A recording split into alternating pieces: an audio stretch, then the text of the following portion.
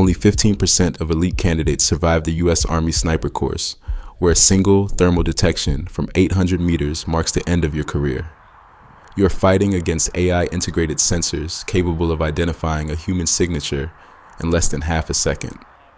How do the world's deadliest ghosts vanish in plain sight when the battlefield is watching every pixel? Let's dive into the science of tactical invisibility, 85%. That is the ruthless attrition rate of the United States Army sniper course at Fort Moore. Out of every 100 top-tier soldiers who pin their hopes on that coveted badge, only 15 emerge as graduates. You are not witnessing a shooting contest. You are watching a systematic, high-stress filtration of the elite. Here, the margin of failure is not measured in minutes, but in microscopic units, 12 inches of clearance from a prowling instructor, and a thermal delta of less than 0.5 degrees Celsius. If a multispectral sensor array scanning at 4K resolution from a loitering tactical drone detects the subtle heat bloom of your carotid artery or the artificial texture of a synthetic fiber, you are effectively neutralized. Mission aborted. Career terminated. The myth of the lone sniper waiting for days to squeeze a single trigger is a relic of the Cold War. In 2026, the modern sniper has evolved into a high-fidelity human sensor node within a digitized tactical network. Kinetic engagement. The lethal strike is now a tertiary objective. Your primary mission is the acquisition of clandestine intelligence. You are the deep field eyes of a battalion commander embedded in the raw, unforgiving terrain. You feed real-time target coordinates, enemy logistics, and structural vulnerabilities into the central command and control C2 loop. If you are detected by a local walker or a thermal integrated AI, the entire operational grid collapses. You aren't just losing a game of hide and seek, you are failing the entire task force. Feel the tension. Your team is pinned in a dense, humid woodline. Your heart rate is forcibly throttled down to a rhythm of 52 beats per minute, using the box breathing technique to minimize the vertical movement of your chest. You are encased in a custom-built ghillie suit. Your internal body temperature suppressed by a phase change cooling underlayer designed to offset the heat of the Georgia summer. Above, the high-frequency whine of an enemy tactical drone pierces the canopy. The onboard multispectral suite cycles through visual, near-infrared, and long-wave infrared modes. It pans back. The algorithm begins to triangulate, hunting for a 0.5 degree thermal variance against the 88-degree forest baseline. You are paralyzed, your muscles locked in a grueling isometric contraction. You feel the lactic acid building in your quads, knowing that the slightest friction against a sapling will produce a target indicator, a waving tree that the AI will instantly flag. The sensor's light sweeps across your back, searching for the non-natural geometry of a human shoulder. Your survival has been reduced to a brutal probability calculation. Can your camouflage effectively scatter the infrared radiation before the AI hits the 98% confidence threshold? This is the cold, calculated science of survival. If you value this level of extreme precision and the relentless blood and sweat discipline required to endure the most grueling military training on the planet, do us a simple favor. Click that like button and subscribe to our channel. Your support is the engine that allows us to dissect these mechanics of elite warfare, turning the impenetrable complexities of military doctrine into sharp tactical insights for you. We supply the intelligence. You provide the momentum to keep the mission going. If a human being can be flagged by an AI-driven thermal algorithm in less than 0.5 seconds, what specific physics-defying techniques does a modern sniper use to effectively delete their physical and thermal existence from the lethal gaze of the battlefield? To vanish, you must first stop being a human and start being a biological component of the forest. The foundation of this transformation is the ghillie suit, a masterwork of tactical deception that functions as a 360-degree light scattering system. The objective is not to look like a bush. It is to destroy the human silhouette, specifically the unnatural right-angled geometry of the shoulders, the rounded dome of the head, and the stark contrast of the eye sockets. You are fighting physics itself. The sun is a relentless light source, creating deep, predictable shadows that act as beacons for an instructor's trained eye. The sweet spot is the 70-30 ratio, 70% indigenous natural vegetation, 30% synthetic base material. This is not arbitrary. It is a calculated balance. Too much synthetic material, and your suit develops an unnatural sheen under high-intensity, near-infrared NIR night vision goggles, NVG, which detect the reflective properties of man-made nylon. Too little synthetic material in your base suit lacks the structural integrity to hold the heavy, wet foliage required to mask your heat signature. Using 550 parachute cord, the backbone of every survival kit you sew anchor points across the suit in a grid pattern of 2-inch squares. You then weave in local flora, longleaf pine gallberry, and wax myrtle. Crucially, the vegetation must be alive in appearance, but dead in thermal signature. In the humid 90-degree heat of Georgia, a snapped pine branch will turn brown and wilt within 45 minutes, creating a dead zone that stands out against the lush, living canopy like a flare. Snipers are taught to prioritize vegetation with high water retention capability, essentially recharging their suit with fresh foliage every 30 minutes. To negate the specular reflection, that dangerous mirror-like shine caused by waxy leaves, you must manually abrade the leaf surfaces, breaking the smooth cuticle that catches sunlight. Failure to do this means you are effectively wearing a suit covered in tiny, high-visibility signal mirrors. The margin for error is non-existent. I once watched an instructor lock onto a team from 400 meters away, not because their movement was bad, but because of a single half-inch strand of white 550 cord exposed at the nape of the neck. It was catching the morning sun, glinting with a spectral peak that defied the forest's matte baseline. The instructor didn't even hesitate. Freeze sniper at your feet. You are exposed. The team was instantly reset, a grueling penalty that forced them to crawl back 200 meters to their extraction point and start the entire stalk from scratch. That one stray thread cost them 3 hours of agonizing low-crawl labor and nearly guaranteed a failure for the exercise. Consider the interplay of shadow and contrast. The human eye is wired to detect motion, but military-grade sensors are wired to detect contrast.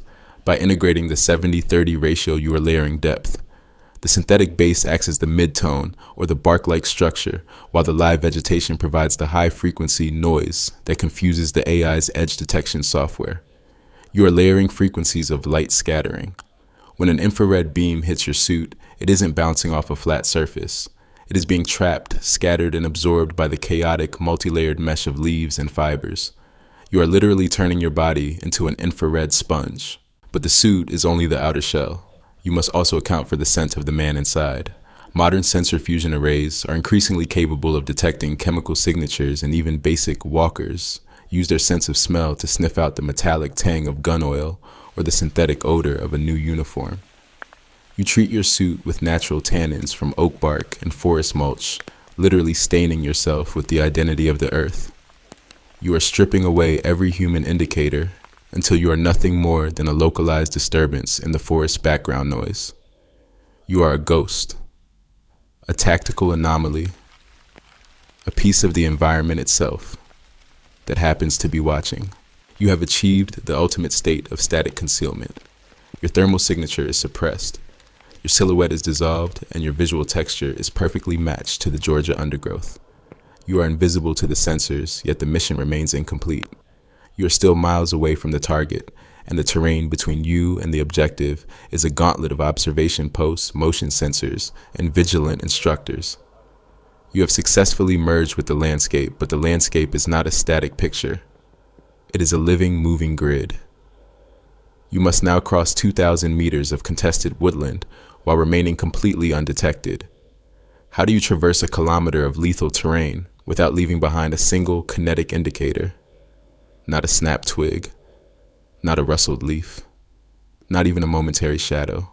To cross 2 kilometers of lethal terrain, you must master the physics of movement. A sniper's transit is not a walk.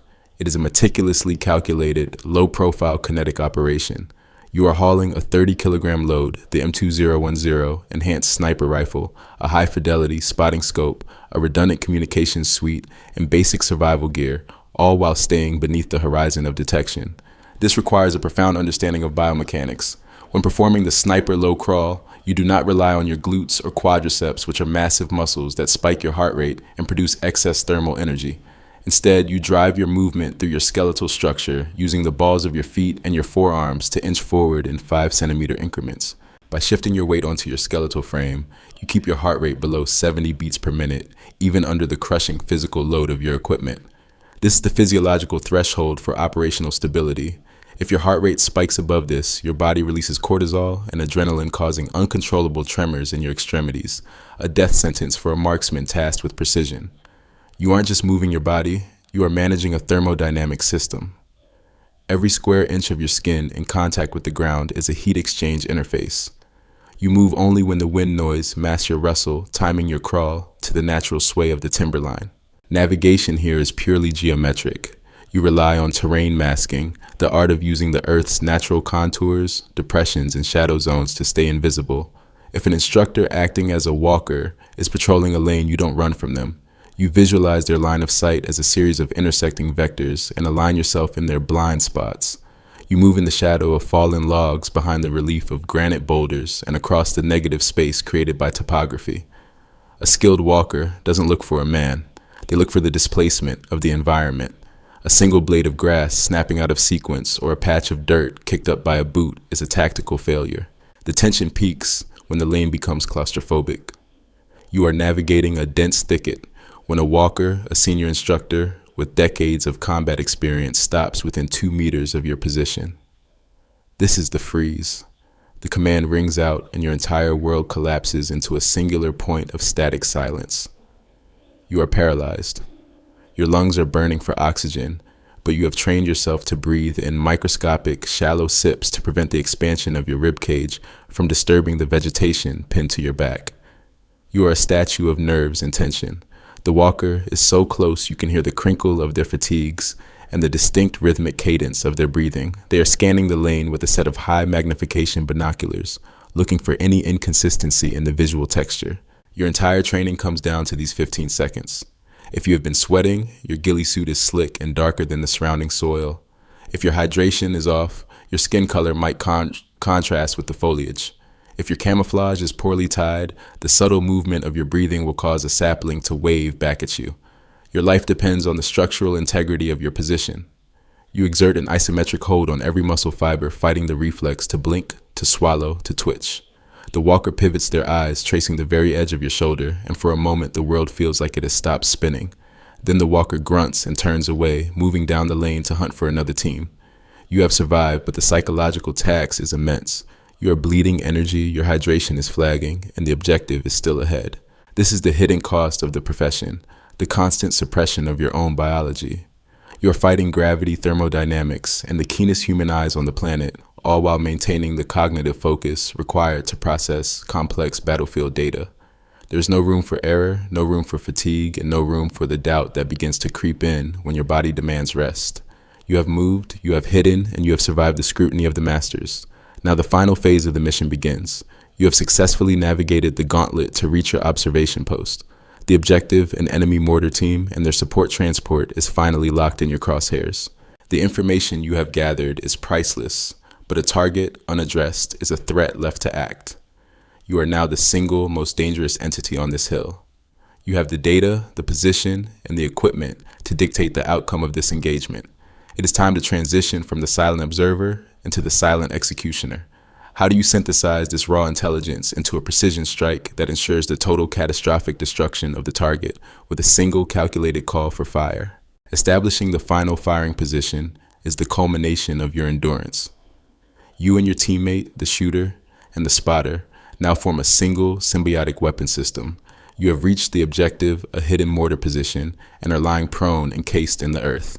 The spotter deploys the Leica Vector 21-4, a multifunction laser rangefinder that provides the ballistic data required to turn a kinetic solution into a surgical strike. This is where the human sensor transition reaches its apex. You're not just observing, you're calculating wind velocity in meters per second, barometric pressure, humidity, and the target's drift. In this role, the spotter is the mission commander. They are the ones orchestrating the call for fire. They gather the environmental data, feed the 10-digit grid coordinates into the secure radio link, and interpret the mortar team's shifting defense. The shooter, meanwhile, is fixed to the M2010 enhanced sniper rifle, his finger hovering near the trigger guard, his eye locked through the loophole Mark 4 scope at 25 times magnification. The objective is to identify 2 target markers, specific letters held by the instructors hidden within the target area. This is a high-stakes identification test. A single misidentification, a Bravo instead of a Papa, and the fire mission is aborted, resulting in a failing grade for the entire team. The pressure is suffocating. As you report the target description back to the command center, every word must be precise and stripped of ambiguity. You are transmitting a grid coordinate with the clarity of a machine expecting the radio transmission to have near zero latency. Any hesitation, any crack in your voice reveals your position to the observers scanning your sector. Suddenly, you spot the instructor's shifting position and the spotter realizes they are signaling for a dummy mortar fire. You have seconds to process the threat. The spotter calculates the arc adjust for the 8-knot crosswind using ballistic software and signals the ready. The synchronization between you is absolute, a silent, nonverbal language born from weeks of brutal sleep-deprived training. Yet the final twist remains. Despite your precision, the instructor team is ruthless. As you prepare to finalize the call for fire, an observer spots a minute detail, the way your spotting scope creates a slight, unnatural reflection against the background, or how your team's breathing synchronization is slightly off. The instructor freezes the lane steps within 12 inches of your rifle and delivers the verdict, sniper at your feet. Every hour of the 10-hour stalk, every calorie burned, every drop of sweat, lost it all culminates in this failure. The reason, it isn't your marksmanship, it is the breakdown of data synchronization between shooter and spotter. You fail to integrate as a single node, and in modern warfare fragmentation is fatal. This is the cold lesson of the course. The sniper is not just a weapon, they are a force multiplier. You connect raw battlefield intelligence to massive kinetic firepower. If you cannot sync your data, you are not a multiplier. You are a liability. You learn that the goal wasn't just to shoot, but to exist in the enemy's space without leaving a trace, to observe, without being observed, and to provide actionable intel that saves lives. This is the ultimate burden of the elite. It's not for everyone. It's for those who find peace in the silence and power in the unseen. If you felt the adrenaline of this journey and want to continue dissecting the raw, unfiltered reality of military excellence, don't just walk away. Hit that like button, subscribe to our channel, and join our community of tactical analysts. Your engagement is our ammunition, keeping us focused on delivering the most accurate, deep dive military content available. We've exposed the truth behind the stalk. Now, are you ready to face the next challenge on the front lines?